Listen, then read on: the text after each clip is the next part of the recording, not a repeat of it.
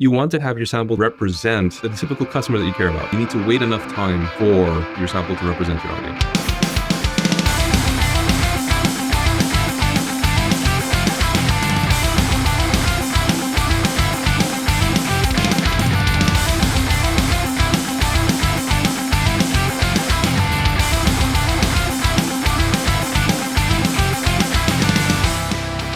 What is going on, certified homies? Welcome to another episode of From A to B. We have Shiva, and I'm joined by repeat guest Rommil the Thrill Santiago. Thank you for that. Remember that nickname?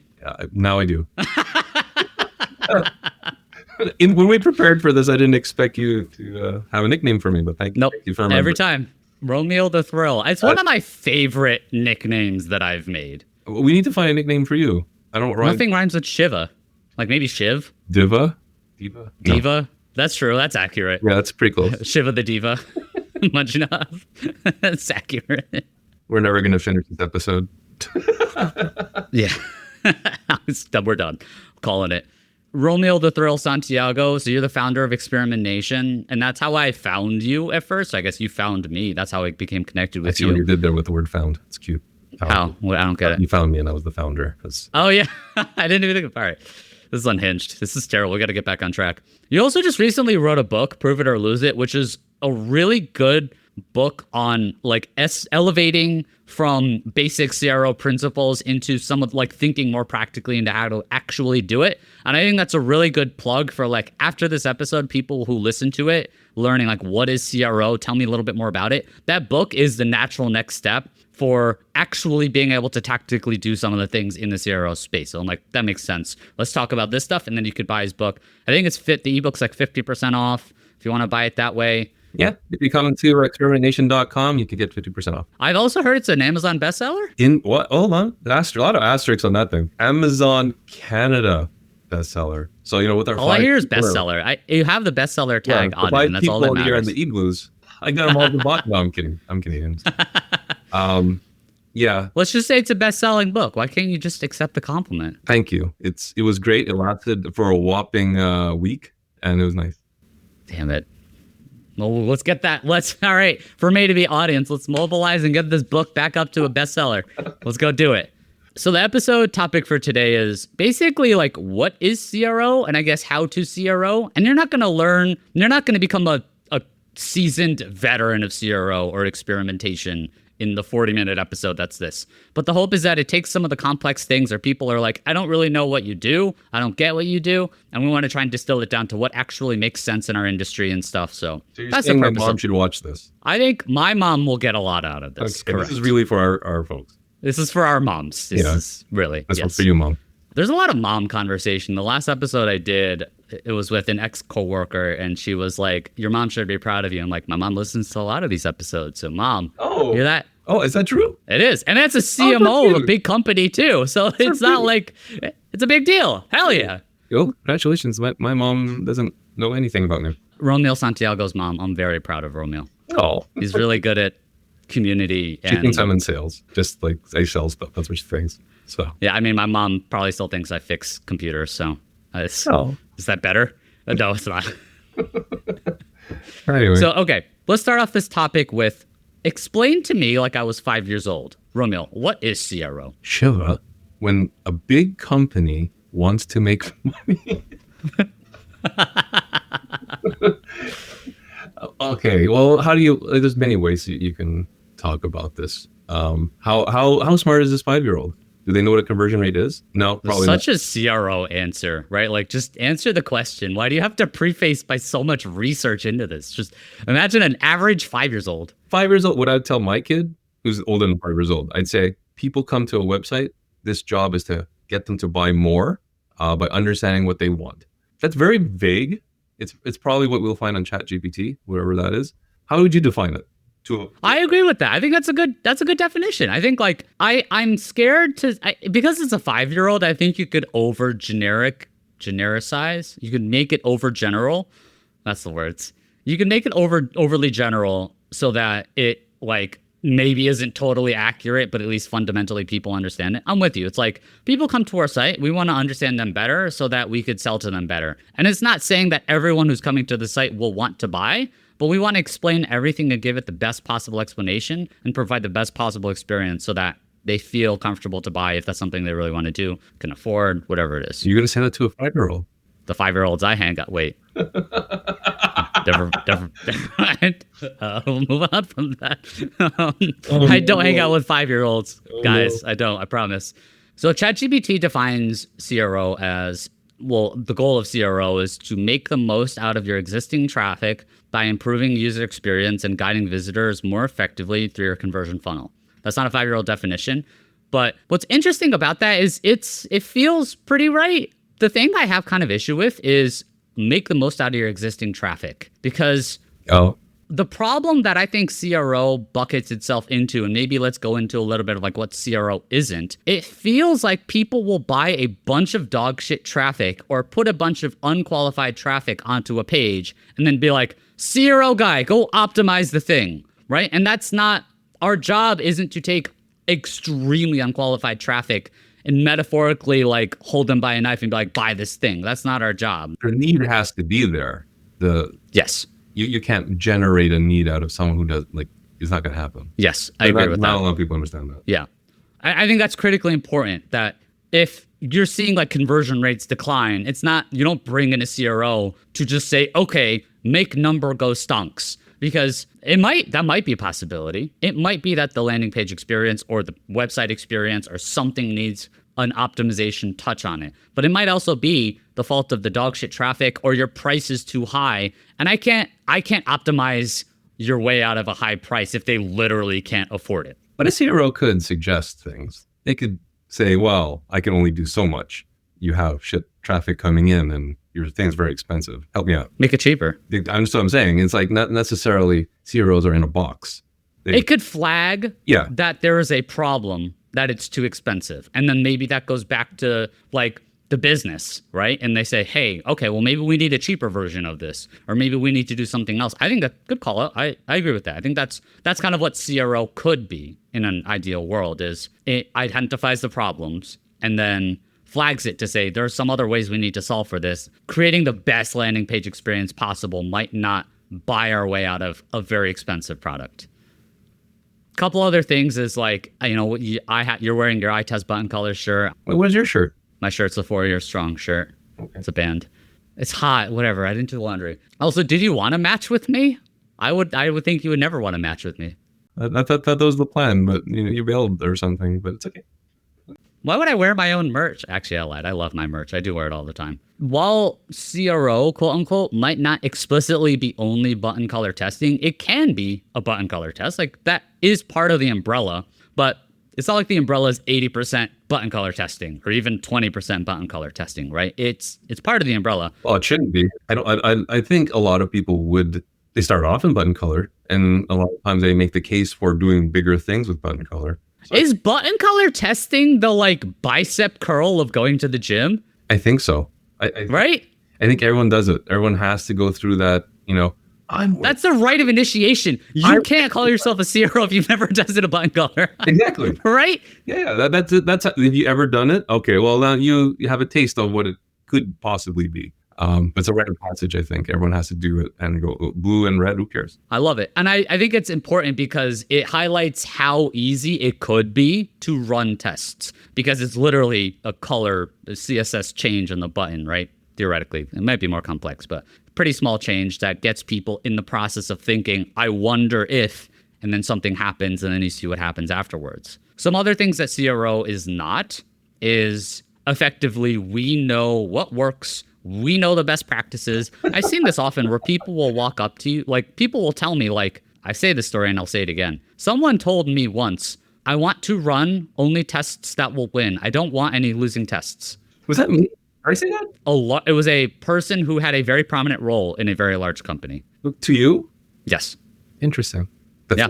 So like fundamentally, the reason why we're doing A/B testing is we don't know. That's why we need some evidence to try and suss out what's happening. Or maybe it's a validation check. There's other potential reasons. But like, if someone tells you only do the things that will win, and I had that capability, or anyone had that capability, they would be making like trillions of dollars, right? Just doing everything that works everywhere. I've lived through that. It'd be like Back to the Future, just having that the almanac book of like all the winnings and just Yeah, that'd be nice, wouldn't it? Like, how many times have I been asked, okay, could you create a roadmap of winning tests? Like, oh god. that's not a thing. How am I road mapping this? Exactly. Like, I'm predicting the future, and through all your experience, you must have a whole lot of winning ideas. I'm like, winning then? Yeah. It's like in hockey, right? It's like you score at the top shelf. I can't always shoot top shelf and score every single time. There's a goalie. It's like telling Christopher Columbus to just go to America. Yeah. They didn't know that shit existed. A lot of people thought he was just gonna fall off the Go earth. to the countries with spices. Just go. Go all over. Just go. Yeah. Yeah. Sure. Just go to Mars. Just go to right. Like it's If I could predict the future, I would not be doing this job. no. You wouldn't be My testing own button business, colors. I'd be selling all sorts of stuff. So we are not the keepers of that. And I think that's something to consider that people will maybe sell like these CRO audits. If it's like identifying bug fixes or you're using audits to try and find like potential friction points for you to collect more data. If the goal of the audit is we've identified something that might need fixing, so let's collect more data, I'm very aligned with that. I love that. If the goal of your audit is I found a thing that I know is broken because of my brain and my data, that's an incorrect use of an audit. And I'd just be very skeptical or careful around audits that project themselves as do all of these things get stonks. I'd be careful about those. Run that by. I want to understand that a little bit deeper and your perspective on that. I want to dig in a bit around. So you're running an audit, and the purpose of the audit is to do what? Well, it depends. So for me, the audit for me is looking at stuff and being like, I wonder if this headline is unclear. I wonder if people are clicking on this nav because it feels buried in this thing. This add to cart is pretty not visible to me. I wonder how many people are actually clicking on it. I wonder how many people scroll to the bottom of the page and then scroll back up because it's not sticky. Like, it's just asking these questions where I could then go investigate next and collect data or capture the data and challenge those assumptions. So you can like call out things on a site, but I don't declare it. I don't go from that to do a thing. I don't go from, wow, that add to cart isn't prominent. We need to make it more prominent. Do this thing. Yeah, well, that's what people want from CROs. It is what they want. You're right. Tell me how to fix my thing. Yes. And I think that's the challenge that a lot of people believe CRO just does. So that's where I think hopefully part of this explains like why CRO doesn't do that. Yeah, we're not like the teacher's version of a textbook with all the answers in the back. Mm-hmm. Where you can just keep validating. Did I do it right? Did I do it right? Well, it's not a math problem. Yeah, we can highlight, well, this part we may want to dig into here and learn a bit more about it because could be wrong, could be not. But it's a lot of like question asking more than having answers in your back pocket. I agree, 100%. A couple other things. It's not copying competitors. It's not a one and done thing. It's an iterative process where you keep on running tests. You keep on trying out things. Is it though? I'll poke on you because I know you're very passionate about copying people. Why not copy? Because you don't know what works for them. Do you not? Like, okay, you know where I stand on this. I'm not against you, actually. Some people who are not familiar with the field, their perspective is that company, they have a lot of money, they have a lot of experiments, a lot of traffic. They probably know what they're doing. Why don't we just do what they're doing? Rommil, if my girlfriend wears a dress and she looks beautiful in it, shall I also just wear a dress because I will then therefore look beautiful? You should. I mean, I think that would help. That's the I've always tried to figure out a better example, and that's the example I've always used. I think that illustrates that scenario as well as it can of while we are humans, that's the basis of what we are. And while there might be two websites. I was going to say, I think the concept a lot of folks aren't grasping around that is they see website is website.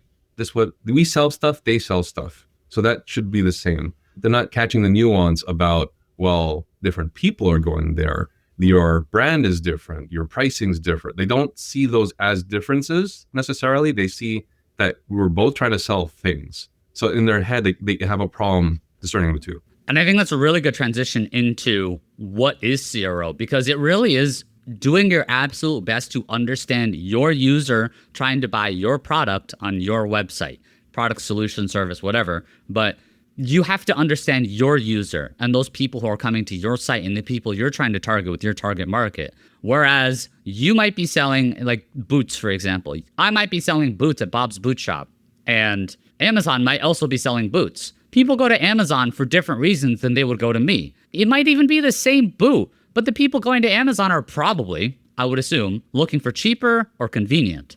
They might not necessarily be trying to get the absolute best, highest quality. You know, Temu is probably another example of those where people are like, I get that it's so fucking cheap and I'm sacrificing quality for cheapness, versus maybe my val prop's going to be more expensive, but I look at me in this video like making the boot. I don't know how to make a boot. I'm just using hand motions, but like this is me making a boot.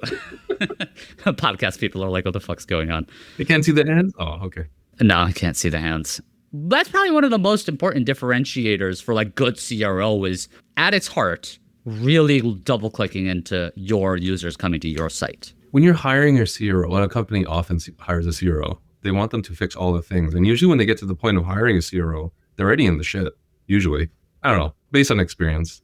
You would hope they're not, but it does feel like people, that's their Hail Mary. Exactly. It's like, well, we thought we'd build the right things and it would sell, or we'd hire the right salespeople and it would sell, but it's not. Well, let's hire the fixer. And central to CRO is a lot of understanding of the user, but understanding the user and the customer, the prospect, whatever, takes time. There's a ramp up time, this research that you need to talk to people and all the things that you have to do to learn someone. So there's this inherent pressure on a CRO. How do I do my job right and not get fired?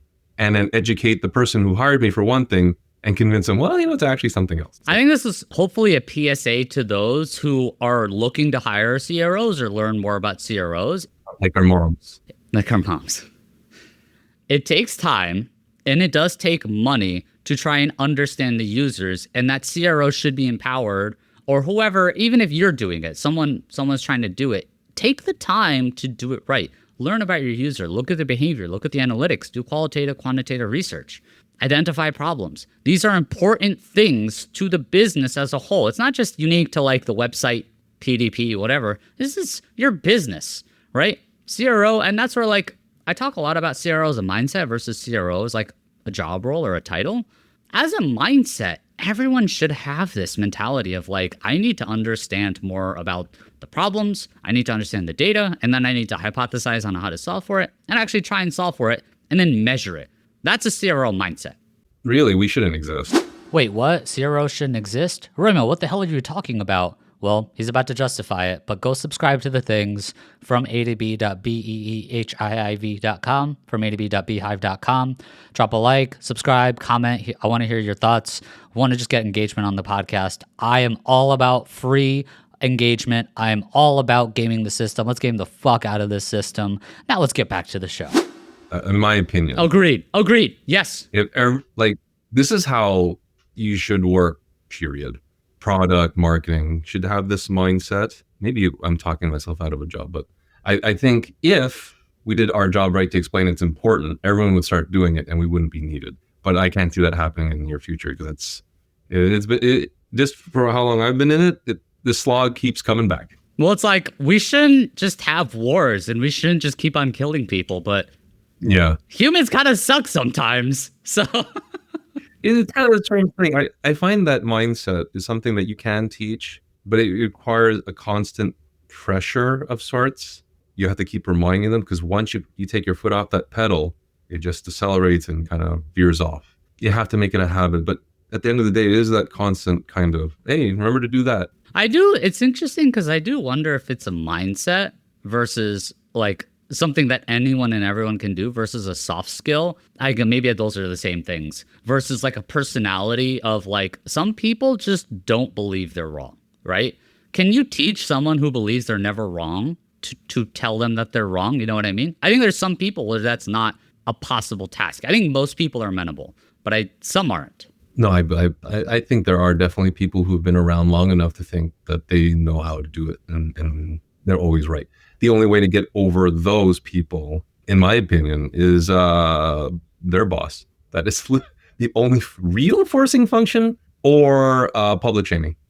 something. Public shaming. Something where I want to say more, but I don't know if I want to publicly encourage think about it. this. Okay, you have a stubborn stakeholder and they're always right. How does that person feel if their peers, the 360 around them, are saying something different? They can be stubborn, but then they kind of get publicly shamed. I mean, that's awful. Sounds like you're advocating for manipulation. Of course I am. It's political Aikido or something. I don't know. I love how you're like, it's not manipulation, it's just politics, baby. Dude, well, what is that thing? If it smells like a duck, it looks like a duck. It's probably a duck. So It smells like a duck. What's a duck smell like? If it quacks like a duck and it looks like a duck. That's right. What does a duck smell? Very duck. How many ducks have you smelled, bro? 3, 4. No, that's not a thing in the United States. I did yesterday. Bad. That was such a okay. Let's just move on. I don't advocate for smelling ducks. I think that's a strange thing to do, but you do you, I guess. Going back to the conversation, at CRO as a mindset, there are so many people who are like, "What is CRO?" And I asked the same question: like, do you look at data? Do you then hypothesize on what that data is telling you from like a problem statement? Then do you try some shit and then do you measure if it worked? Most people are like, yeah. And I'm like, CRO, congrats. Like, you're amazing. Good job. Right? Like that's something that a lot of people already do. It's just contextualizing it a little bit differently into what is more traditional to the CRO role of like UX design and product or on websites or whatever. It's a little bit more focus, I find, in it, though. I was thinking about this as you were saying it, where a CRO is a little bit more focused on satisfying the customer that in a way that pushes the business forward. Other roles may be distracted by other things. So you could get closer to a CRO mindset, but not necessarily be a CRO. Like if you're in marketing and you're trying to build brand, I mean, you're not necessarily that close to it. You can think about it. And I wonder if it's a goal thing, right? Like, what is your end goal? Bad CROs' end goals are make conversion rate go up by any means, right? That's bad. And it sucks because that's in the name, optimize conversion rate. But that's not like really what we should be doing, because if you only fix it on conversion rate. Sounds like growth hacking. Yeah, exactly. It's shit. And same thing like the Amazon example of like, we need to optimize for unsubscribe rates. So we'll just make it as hard as fucking possible to make it to unsubscribe, and then our rates go stonks. And it's like, that's not the point. The point is to make a better product so people don't unsubscribe versus make it hard to do it. The same gym membership, like, oh, you need to call between 3 and 3:02 p.m. CST and then mail a stamped letter. Like all the bullshit that's required to cancel the gym membership is the same shit that happens when you only fixate on improving conversion rate. I do think it's a balance. It's kind of more nuanced than that. Yes, you're trying to make the experience the best, but sometimes that is a more challenging hill to climb. And maybe you want to make it harder to unsubscribe just a little bit. You know, you don't want to make it easy, like putting a giant unsubscribe button everywhere on your site. So I think that's a CRO challenge, right? At what point do you stop focusing on satisfying the customer all the time and just put a couple of roadblocks or something you don't want them to do? So that they not necessarily want, but mechanically it's helpful. So they often have that debate. And it's interesting because Amazon will sometimes be like, oh, you want to cancel Prime? Hey, why don't we give you a week off for free? Sometimes people will do that and they'll be like, you know what? I appreciate that. And, you know, maybe I'll stick it out. And then a new show comes out in that. And they're like, all right, well, I'll keep my Prime for this show. Like, I could see that being a reasonable thing where you're not adding 20 steps to unsubscribe where you need to sign away like the deed to your house and you sacrifice your first unborn to unsubscribe to like Prime, right?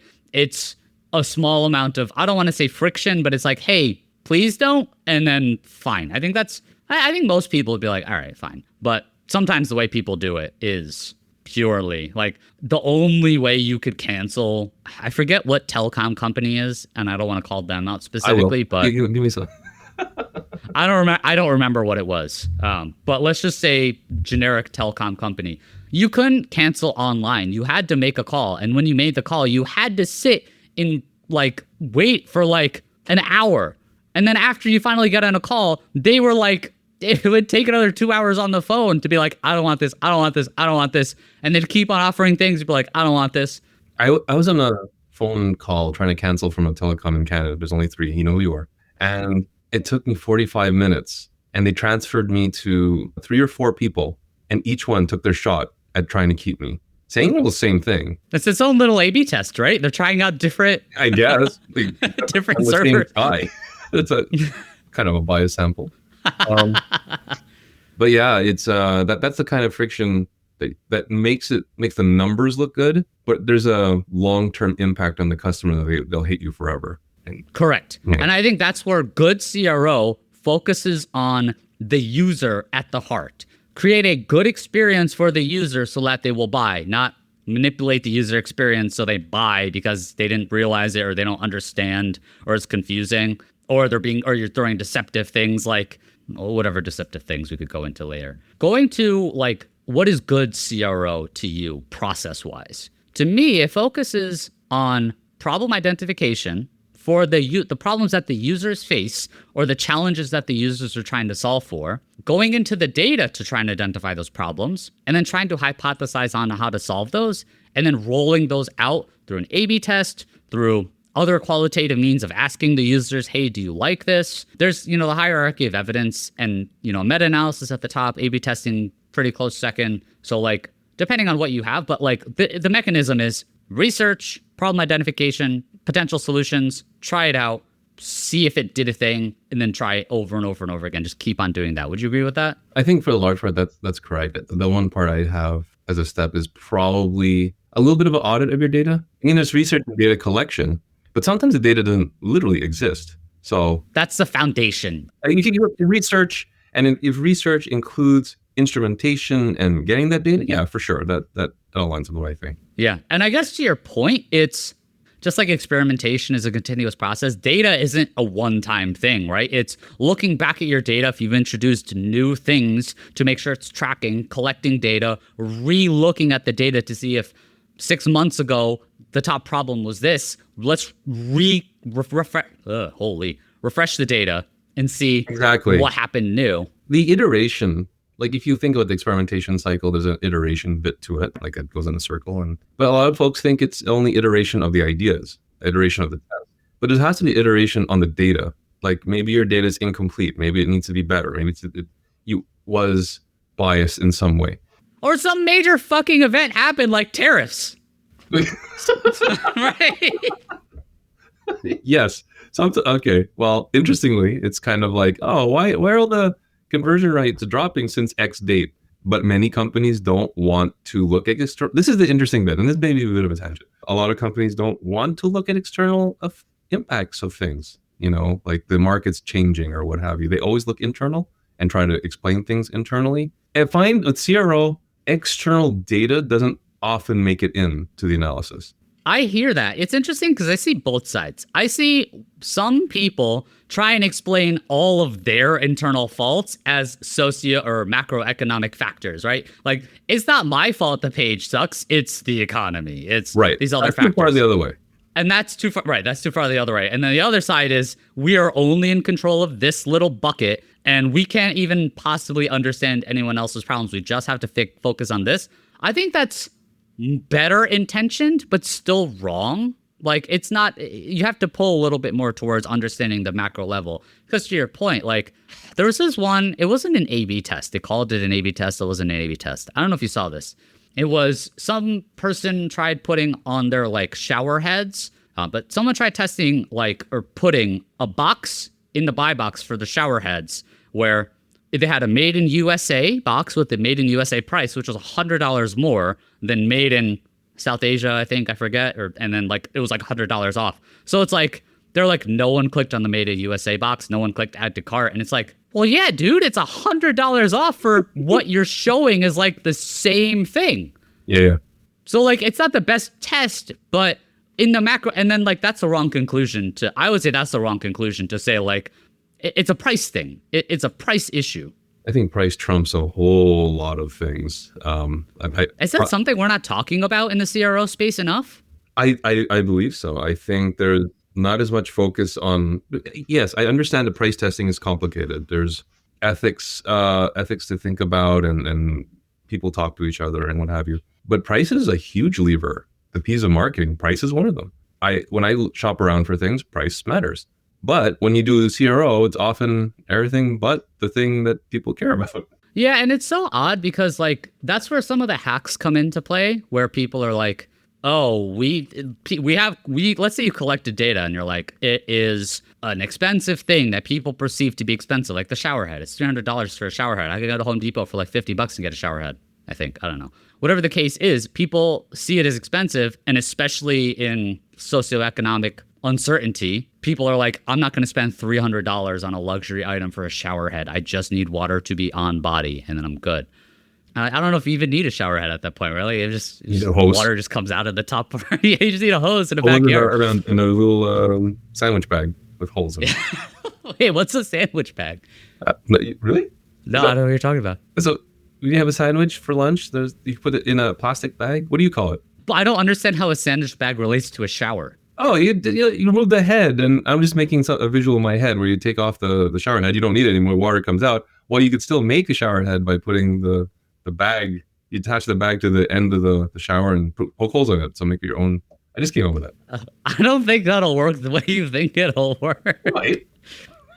I want to see video of this. Rommil the Thrill's new revolutionizing. My 5-minute hack video. If tariffs are bothering you, make your own shower head. Jesus Christ. That's not a CRO hack that I advocate for, just to be totally clear. I think it's I think it's a great hypothesis.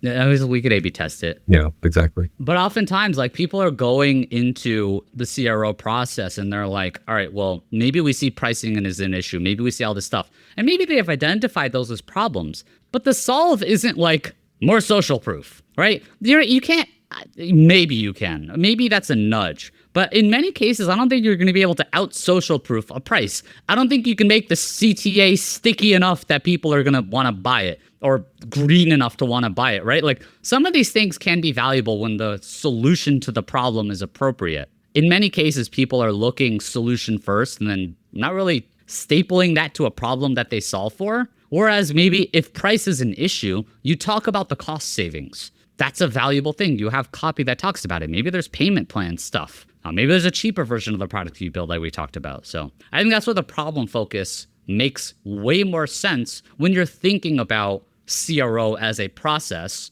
than the best practices, the social proof, sticky CTA, all that other stuff. Yeah, you're just thinking about the customer needs rather than what tactic can I use. Exactly. Customer needs at the root of everything. So we have a little bit of time here. I hope we could get into just like, how do we get started in running your A/B tests and the considerations? There's some pitfalls that people see or people aren't aware of that could affect your ability to run an explicit A/B test. What would be like some things you would say or tell a CRO trying to run their first A/B test? Like, here's how to do it, and here's some things to consider. Well, you probably need a tool, I imagine. Something to split randomly. Don't let a dev write a couple lines of code to do it. To like split traffic randomly. Some places I know have done that. It wrote 3 lines and it was like user ID is odd or even, or random number if it's higher or lower than this. At the heart of it, I get what you're trying to do, but that doesn't work if they come back. You got to give credit to the A/B testing tool vendors who have like solved for that problem very well. There's a lot of stuff that goes on behind the scenes to make sure people see the right things at the right time fast enough. Get a tool, I think, is one of the first things you need to know. I think you need to understand if you have enough traffic. You can go back and forth how much traffic you need, but I think we all agree if you have 1 visitor a week, you're not going to be doing this. Not with an A/B split. You're probably doing pre-posts and what have you. But you still need some traffic. That's a consideration. Some people start doing CRO without having it, or they have weird expectations what you can do. But you're going to need to know, have a feel of how much traffic you need to detect a difference. And you probably need some sort of high-level understanding of statistics. Like that, we're not going to dive into it, but you should have some idea what the major terms are. If anyone wants to double-click into that, it's called MDE, Minimum Detectable Effects stuff. If you guys have any questions, feel free to DM Rommil or I. We'll happily share some information on that. I think there's probably some Experimentation deep dives. Probably Ryan Thomas or someone talked about that with Experimentation. So we'll see. I'll see if I could go dig up some next steps if you guys want to dig into like traffic numbers to guide like when to do it. I'll go dig up some of that. And at the end of the day, what is MDE is about is you want to detect a difference. The smaller the difference, the more people you need to detect that. If you're detecting huge differences, well, you're not going to need much traffic. But oftentimes that sort of thing is not in our world, and we're just trying to do minutia type thing. Can I give an example of this? I don't know if this holds. I started thinking about it. I'm going to flesh it out with you. It might be totally stupid. If your wife gets like a very big hairstyle change, you'll be able to see it immediately, right? You look at it and you're like, oh, that's different. How many looks does it take you to detect whether there's a hairstyle change?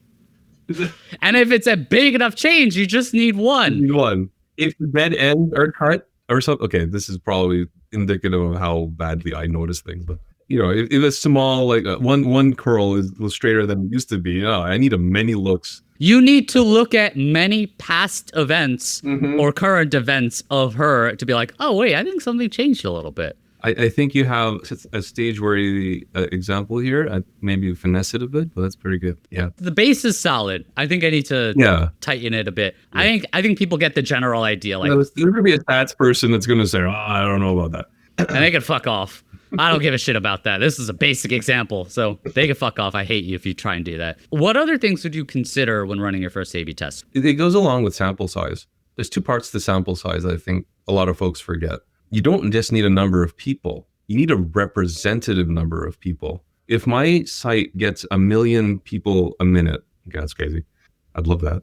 Okay, thousands a minute. I can hit statistical significance in a day, but that's not representative of a week. The weekly shop is different depending on what business it is, or it could be monthly or seasonality or what have you. You want to have your sample to represent the typical customer that you care about. So time is important. You need to wait enough time for your sample to represent your audience. It's that and more, because when we look at an A/B test, let's say you're running a Black Friday campaign and you have a fuck ton of traffic coming to your site in a couple days. Like you said, you might be able to reach stat sig. One thing is that enough time to be able to determine, like, well, it's only one day. It's Friday and it's that one day. Is that representative of Monday, Tuesday, Wednesday, Thursday? Probably not. Friday might be different. And especially, like, think about weekend testing, where you might reach statistical significance on a weekend if you're an e-com shop, but does that Saturday represent a Wednesday where maybe it's slower? And on the time periods, think about seasonality. If you run a test like you're a Black Friday campaign, let's say you have a campaign and you run it for 2 weeks in Black Friday time, late November, early December, does that time period represent the rest of your year? Maybe not. So those might be something to consider, as we need to double check and make sure this is representative. If you're doing a test like that, I would be cautious to just say, because we tested in this time period and it won, it will always win forever, because the traffic mix is going to be different. And the intention, the motivation, the offers, like, those are going to be different. Those might not be evergreen. I think another thing to consider is having a hypothesis. That's something, obviously you should, but I've seen a lot of tests go, we'll try the thing and see what happens. And that is absolutely a fair way to run experiments, see what happens. But I don't know how many CROs out there have the liberty to go see what happens, especially when they're borrowing developers. I have a good example for this. Is it hair related? It's not. No. Maybe I'll finagle it into being hair related.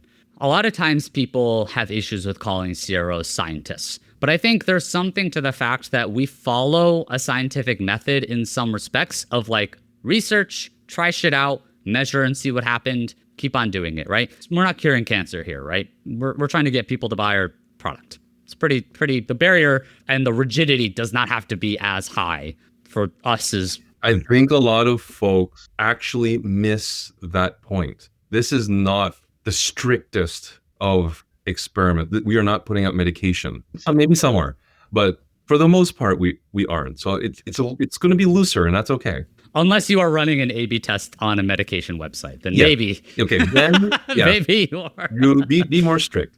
But if you're selling very strict and t-shirts and makeup, yes, you can lower some of your standards. So in the case you said hypothesis, do you have to have it yes or no? If you are a scientist going into a scientific lab and you just say, I wonder if this random mushroom I found on the street cures cancer, let's just sink hundreds of thousands of dollars to test it out and see what happens, most people would be like, that's fucking stupid. We're not going to fund this. We're not doing this. That same thing, I think, should be the case in CRO, where unless you have trillions of dollars to just try a random mushroom and see if it cures cancer, most people have to ruthlessly prioritize. And that's where I'd say, for me, the process of generating a hypothesis is looking at the data and then trying to see what happens. And your hypotheses should be backed in data.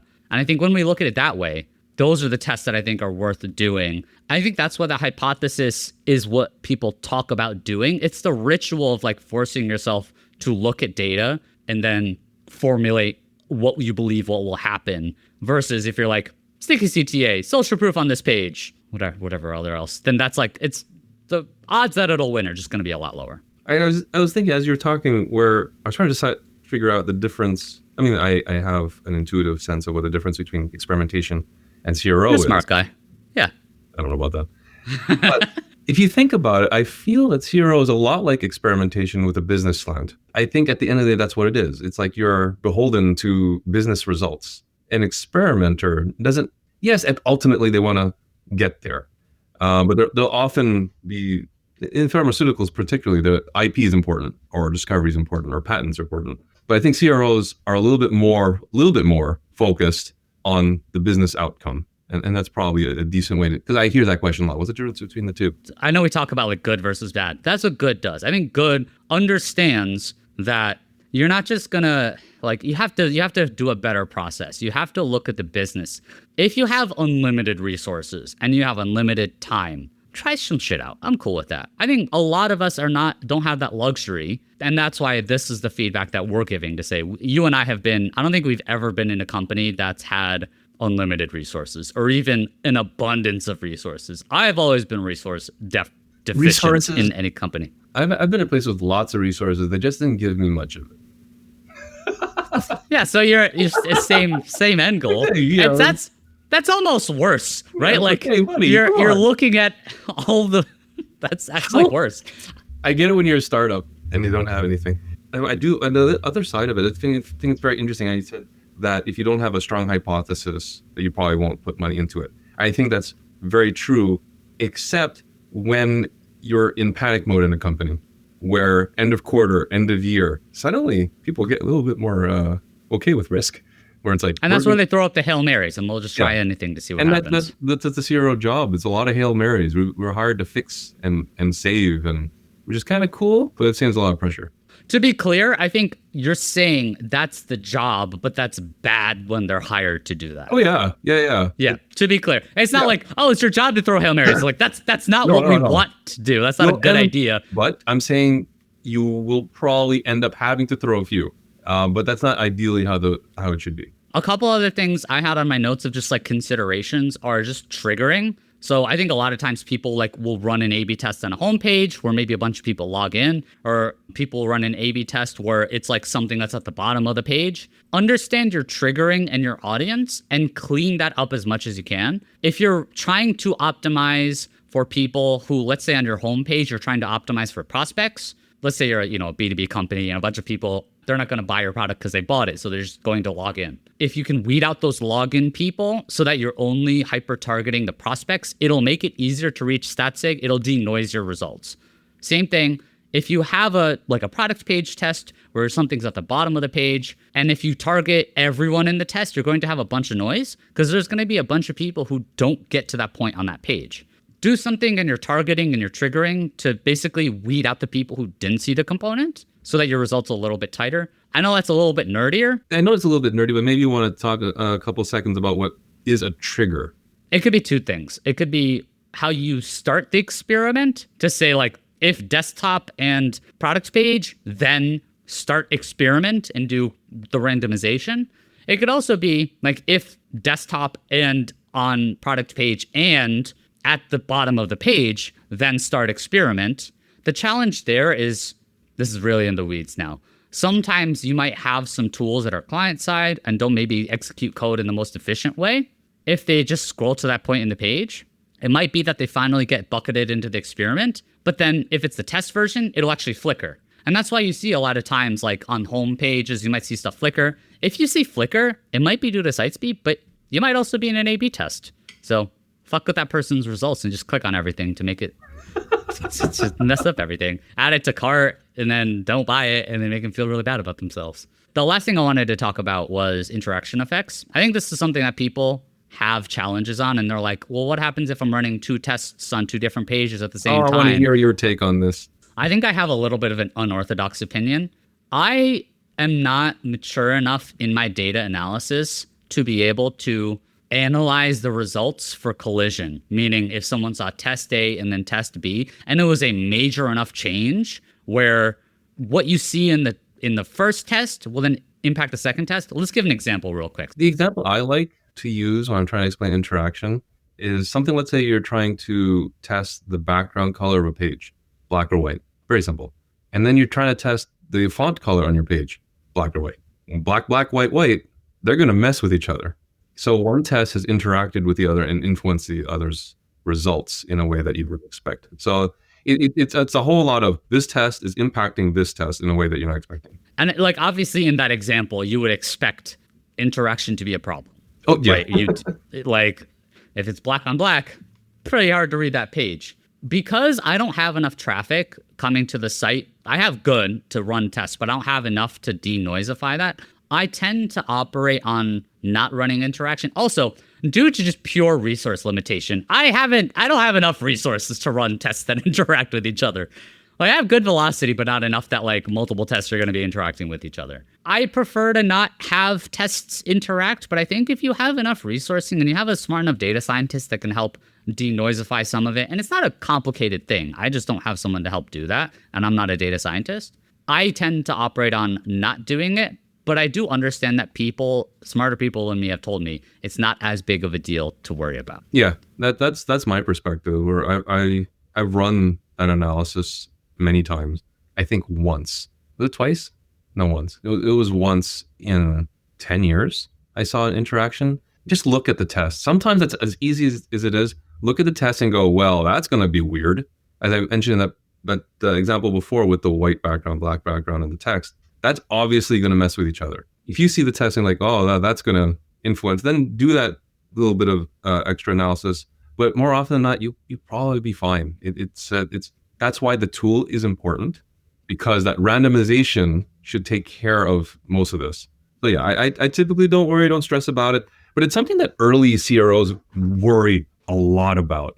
They're like, I want to isolate this traffic and isolate this traffic. And logically, it makes sense. Yeah, you want things to be clean, but the randomization is very powerful, and it should wash out most of these effects. Yeah, and I think the final bonus tip is like, do not ever fucking skimp on QA. Especially earlier on. Talk to your engineers and let them know when you're running tests.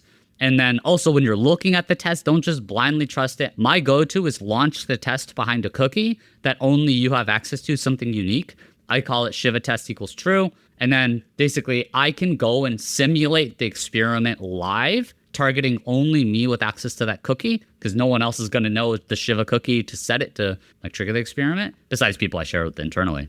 I don't want to get too nerdy on that one, but I think some of the especially in the personalization side of it, when you start to A/B test and personalization, it gets tricky with a cookie in the sense that you can't duplicate everything that qualifies you necessarily.